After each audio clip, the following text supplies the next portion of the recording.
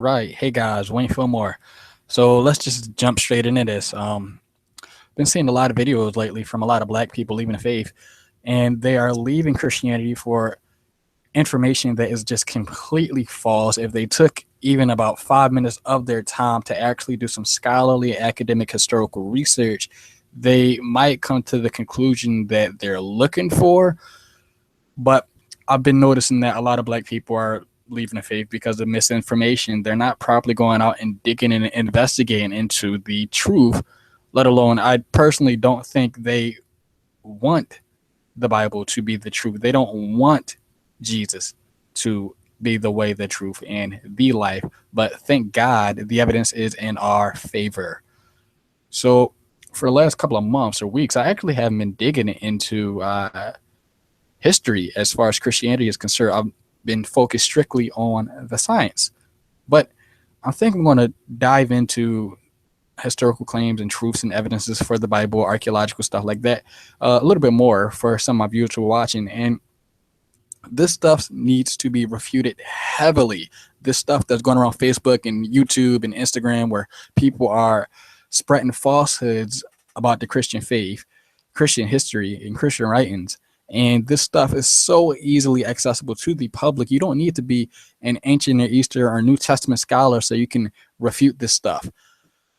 So, with that being said, I actually was in a discussion with somebody in a comment thread of a post on Facebook with somebody who I won't even mention, who's spreading falsehoods and lies on YouTube.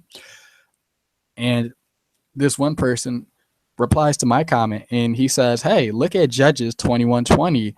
The Bible supports rape." And so before I get into the historical evidences for Africa, I want to just refute this guy's claims. So his claim is that the Bible supports rape. And he uses Judges 21:20 to make his case as evidence to support his claim. Now, let me share my screen with you guys.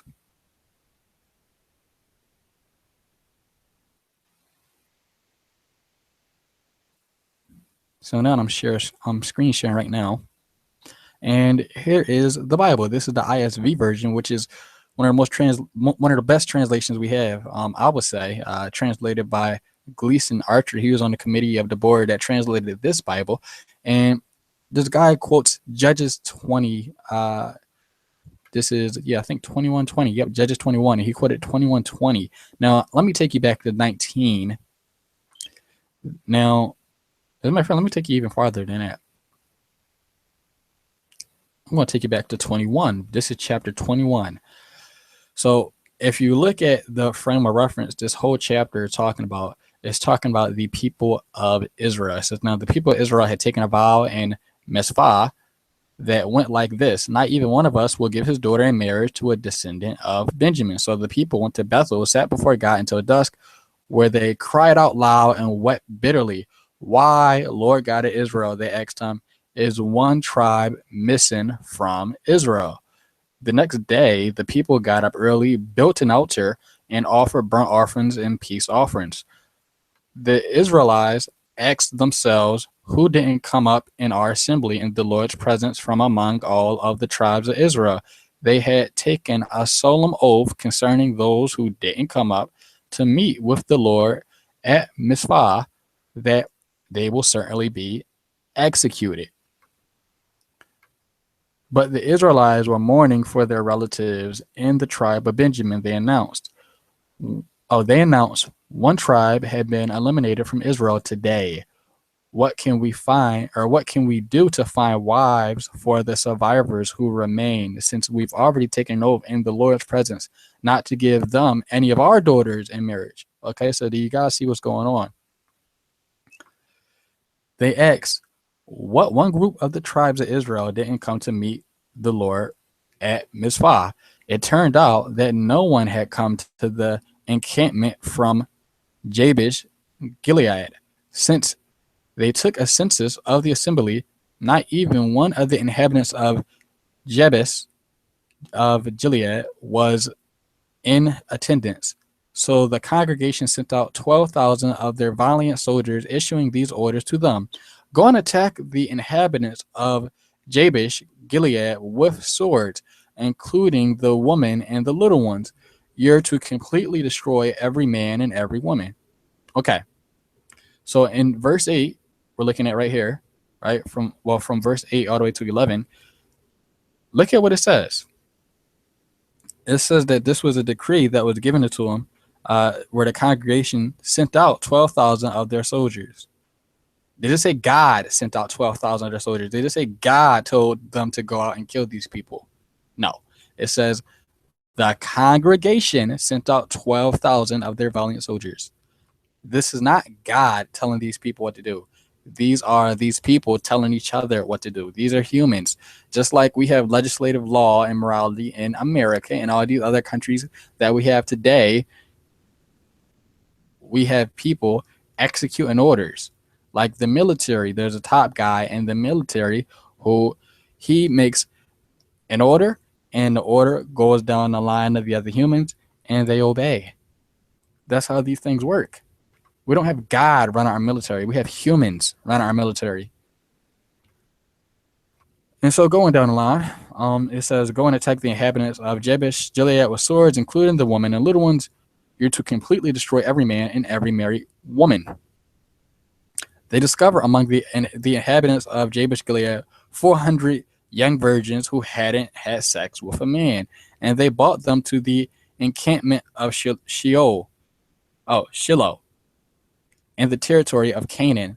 Then the entire congregation sent for the surviving descendants of Benjamin who were living at the rock of Rimmon and assured them that their intentions towards them were peaceful.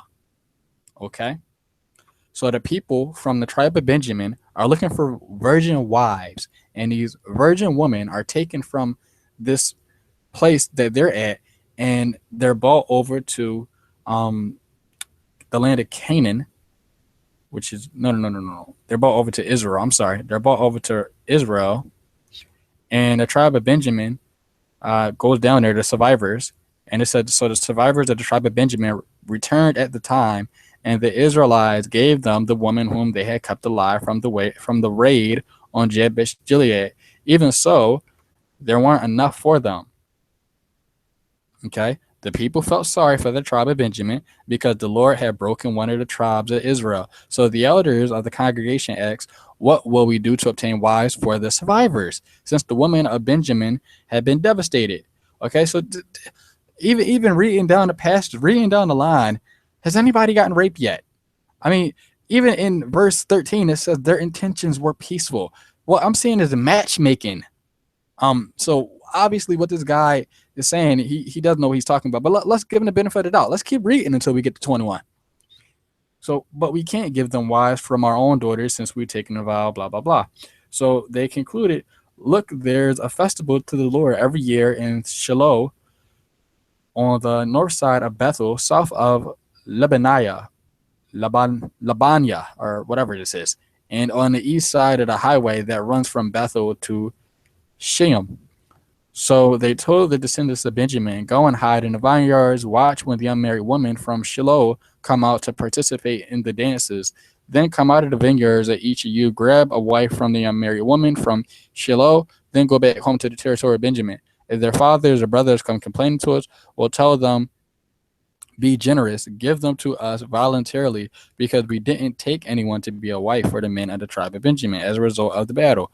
And you haven't incurred guilt by giving your daughters to them. So the descendants of Benjamin did this. They chose and carried away just enough women from those who danced to meet the number needed. Then they left to return their inheritance to rebuild their cities and to live there. The Israelites left there at the time, each man to his tribe and family, and each of them went down from there to his territorial allotment. Back in those days, Israel didn't yet have a king, so each person did whatever seemed right in their own opinion. Now, I actually have a source from Michael Heiser. As a matter of fact, I think it's on Religion and Reason. You guys can follow me at www.facebook.com/religion of reason. I was listening to a little bit of this from a video Michael Heiser actually done. Michael Heiser is a Semitic language expert and he actually has put in his 2 cents on numbers. So even though this isn't talking about numbers, this is talking about it's talking about the book of Judges. The same concept applies. And I'm scrolling. Let me see if I can find it because I had it up here earlier.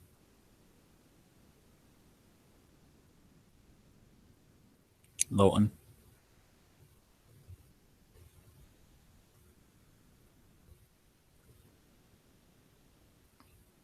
No, I can't find it.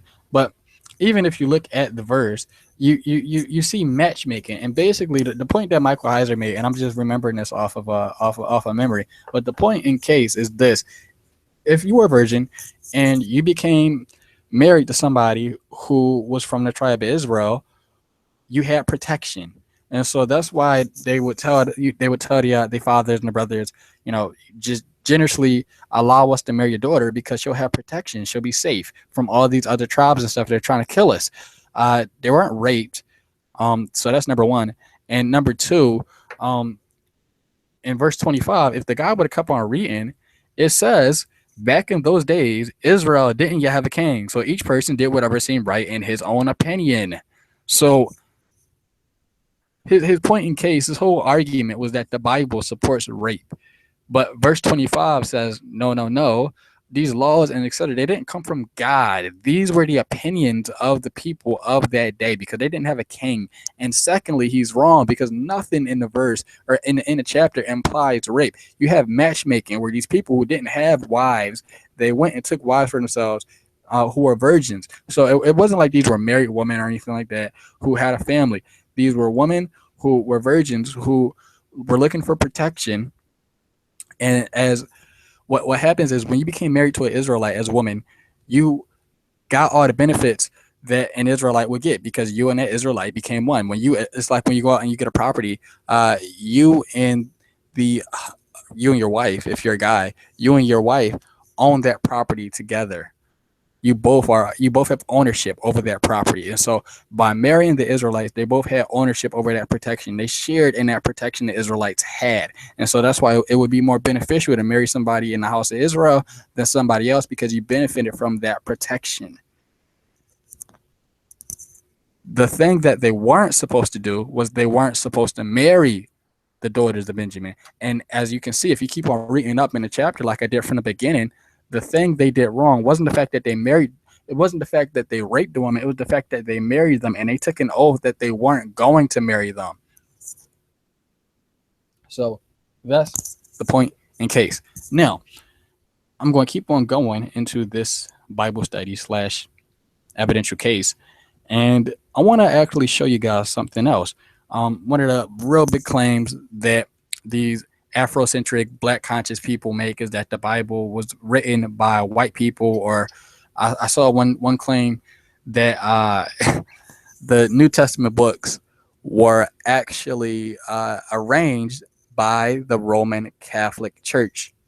False, wrong, blatant lie. I'm going to give you evidence right now that is not true. The Roman Catholic Church didn't choose what books were going to be in the Bible. Let me see. Here we go. Now you guys can see my screen. Now, this is from gotquestions.org, and I'm sharing this website because they have a lot of good articles that actually do give credible answers where you can go outside of gotquestions.org. So you can go to scholarly articles and etc. And encyclopedias, and it'll corroborate with their evidence or with their article that they laid out. The actual word is not corroborate, it's corroborate, which is a really strange word to say. Corroborate. But with that being said, let's look at what the article says. And what I'll do is after I read these articles, I'll cross-reference them with a scholarly article or website. So it says, how was and when was the canon of the Bible put together? The term canon is used to describe the books that are divinely inspired and therefore belong in the Bible. The difficulty determining the biblical canon is that the Bible does not give us a list of books that belong in the Bible. Duh. Determining the canon was a process conducted by first by Jewish rabbis and scholars, and later by early Christians. Ultimately, it was God who decided what books belonged in the biblical canon because all scripture is God breathed. But going down even further, because I don't want to get into theology, I want to get into just straight history. Compared to the New Testament, there was much less controversy over the canon of the Old Testament. Hebrew believers recognized God's messengers and accepted their writings as inspired of God. While there was undeniably some debate in regards to the Old Testament canon, by AD 250, there was nearly universal agreement on the canon of Hebrew scripture by 250 AD. Now I know some guy said that the Council of Nicaea, 325, picked and chose what books were going to be in the Bible. No, that is not true. Going on even farther, for the New Testament, the process of the recognition and collection began in the first centuries of the Christian Church. Very early, some of the New Testament books were being recognized. Paul considered Luke's writings to be authoritative as the Old Testament. See also Deuteronomy, etc. Peter recognized Paul's writings as scripture. Some of his books of the New Testament were being circulated among the churches. Clement of Rome, which I actually mentioned him in one of my last videos on Facebook, Clement of Rome, mentioned at least 8 New Testament books. Ignatius of Antioch acknowledged about 7 books. Polycarp, a disciple of John the Apostle, acknowledged 15 books. So going on, the first canon was the Muration. That's a weird word. Which was complied in AD 170. So the Muration canon included all of the New Testament books except Hebrews, James, and 3rd John. In AD 363, the Council of Laodicea stated that only the Old Testaments, along with the one book of the Apocrypha and 26 books of the New Testament, everything but Revelation, were canonical and to be read in the churches. The Council of Hippo AD 393 and the Council of Carthage also affirmed the same 27 books as unauthoritative. So going on farther, let me just show you what they're talking about. So this would be and let me try this again, the Moratorium Fragment. There you go, the Moratorium Fragment. The Moratorium Fragment, also known as the Moratorium Canon, is a copy of perhaps the oldest list of the books of the New Testament, one of the most important documents to scholars interested in reconstructing the development of the New Testament canon. The Moratorium Fragments lists and describes most, but not all, of the current New Testament scriptures. It thus helps humans understand the process by which early Christians decided which books they would include or omit from the collection of texts accepted as Holy Scripture. And this is coming from New World Encyclopedia. The author notably omits the epistle to the Hebrews, the epistle of James, and the letters of Peter, but he mentions favorably the wisdom of Solomon, the shepherds of Hermas, and the apocalypse of Peter, which were omitted by the later church. He specifically rejects works by Marcion and Gnostic teachers such as whatever this word is, and that word is too. The document is a 7th or 8th century Latin manuscript that came from the library of Columban's monastery of Bobbio, northern Italy. It contains internal cues which suggest that the original was written about 170 CE, probably in Greek, although some regard it as later. And so going into this, the Moratorium Canon was discovered by Italian historian Ludovico Moratori in the Ambrosian Library in northern Italy and was published by him in 1740. The manuscript copy that Moratori discovered was written in Latin and has been dated to the 7th or 8th century AD. Several internal indicators have convinced most experts that the original Moratorium canon should be dated near the end of the 2nd century, which is 180 AD. It is noteworthy that the Moratorium canon omits several epistles that later did win acceptance in the Christian New Testament, such as the books of James and 2 Peter. Then going on, well, I'll keep reading from here. This may go to demonstrate. Come on, think it out my way. There you go. This may go to demonstrate that the early church practiced discernment and recognizing which books carried them apostolic authority. They did not immediately accept any book or letter that claimed to be associated with an apostle. This fact makes it all the more remarkable that the Moratorium canon includes all 4 biblical gospels, as well as the Acts of the Apostles, the Pauline epistles, and the most of John's writings. This means that within 150 years of Jesus' death and resurrection, the core writings that were later included in the New Testament were already deemed authoritative by early Christians. So the Roman Catholic Church did not create the Bible. They did not pick and choose which books were in the Bible. 150 years after Jesus' resurrection, the early Christians decided which New Testament books were noteworthy and authoritative or not. So that puts a nail in the coffin for that argument. Then going even deeper, so not only do people claim that the Roman Catholic Church invented Christianity, but that it was European white people who forced Africans to become Christians. Let's investigate that claim. If you guys go to my page, Religion of Reason, www.facebook.com/Religion of Reason, I actually made an article on my own page yesterday, and then I just shared it on my own page, on my organization page, and I dig into this. So I said, okay, so African people did not become Christians once they were deported in the transatlantic slave trade. That's a bold-faced lie. Actually, the Arab slave trade, if you guys know anything about the Arab slave trade, was the event, and it still happens today, as a matter of fact, where Muslims went throughout the Arab world, Asia, North and Southeast Africa, and small portions of Europe, enslaving the continent's people.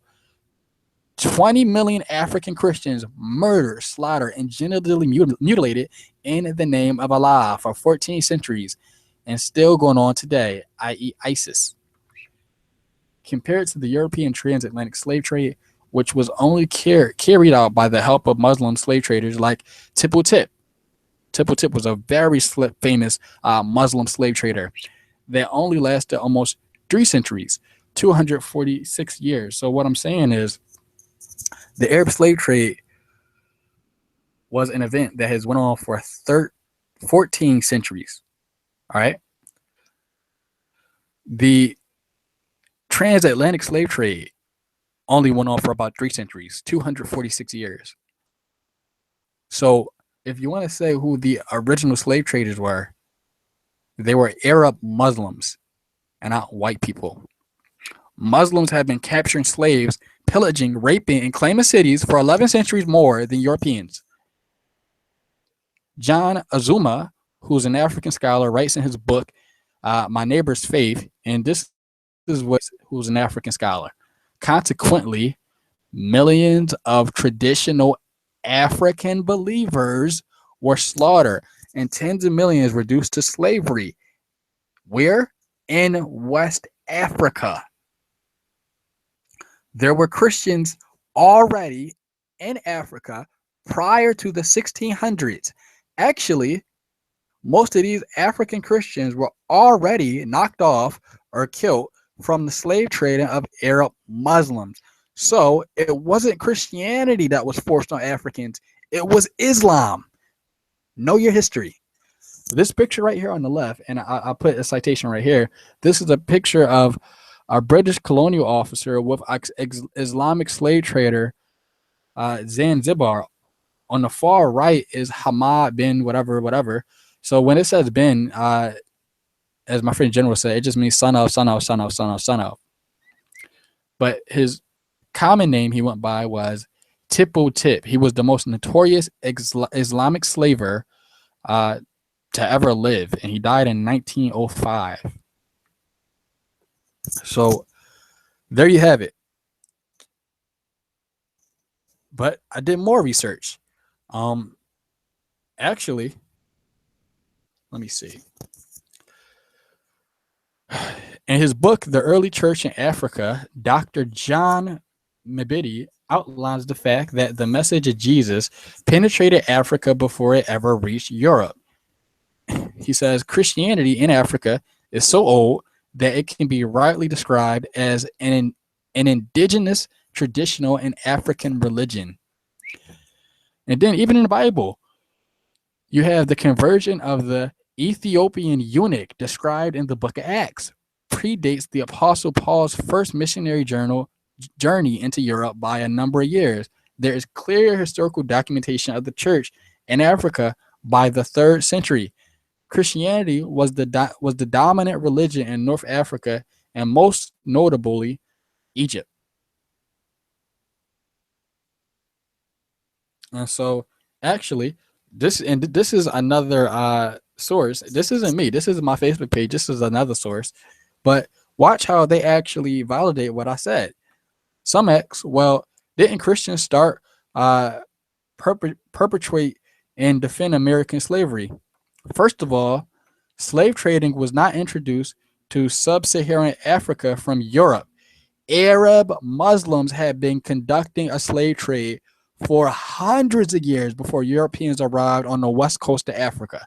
Second, the slave traders themselves seldom claimed to be devout men, even though they came from Christian nations.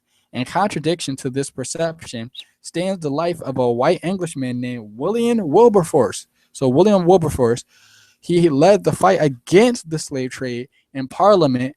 He was the guy who came up with the song Amazing Grace in Parliament because of his commitment to Jesus Christ. His is an incredible story of sacrifice and dedication to the truth and justice for African people, while it took his entire life to win his victory when he did. Going to another source. So this source actually comes from, let me see, I had another source up here.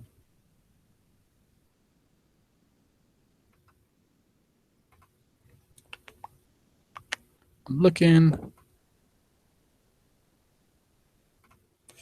It was, here we go. This right here. This source right here comes from Ebony, the magazine that's associated with Jet. And this article is from 2013. And you know what it says? Christianity's African roots. This is an Ebony magazine, people. I mean, these are black people saying Christianity has its roots in Africa. Ebony magazine.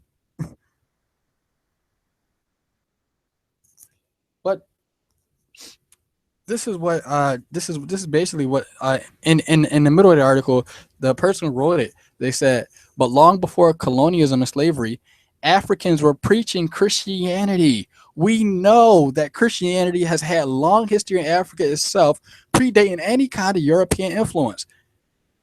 Christianity reportedly arrived in North Africa in the later part of 1st century AD, early part of the 2nd, while the adoption of Christianity in Ethiopia dates to the 4th century. So before Christianity was even officially adopted by the king of Ethiopia in the 4th century, in the 1st and 2nd century, Christianity was already there. The Bible also documents the conversion of an Ethiopian eunuch as the early church was forming, thus corroborating evidence. Like Moratorium Explorer and blah, blah, blah in his 14th century travelogue. But I'm going to go to another source. So this is actually from the metmuseum.org, and it's talking about African Christianity in Ethiopia. The adoption of Christianity in Ethiopia dates to 4th century reign of the Aksumite Emperor Ezana.